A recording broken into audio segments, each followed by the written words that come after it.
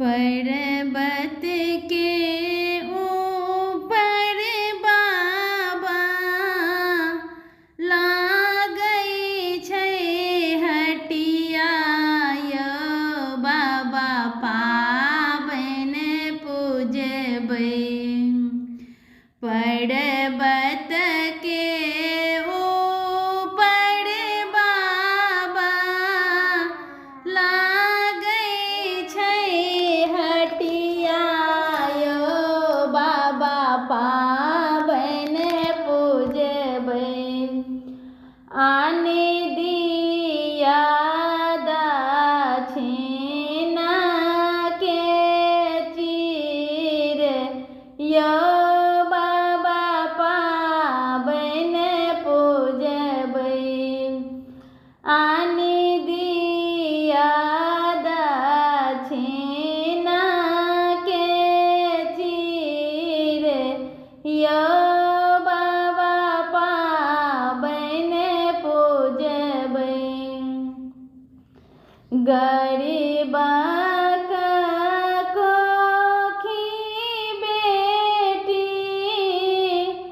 अहूँ के जनम भेल गे बेटी पाबनि पूजबै।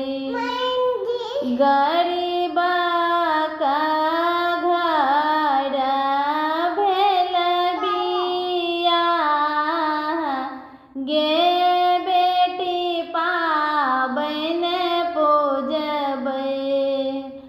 गरीबक घर भेल बियाह गे बेटी पाबनि पूजब। घोड़बा चढ़ल बथिन रामचंद्र दुल्हा हे धनी पाबनि पूजथिन। आन देलखिन दक्षिणा के चीर हे धनी पाबनि पूजू। पहिर ओहि रे बेटी बाबा गोड़ लागल हे बाबा आशीष दिया। पहिर ओहि रे बेटी बाबा गोड़ लागल हे बाबा पाबनि पूजलहुँ। मन से ओ दियौ न आशीष यौ बाबा पाबनि पूजलहुँ। मन सँ दिया ने आशीष यौ बाबा पाबनि पूजलहुँ।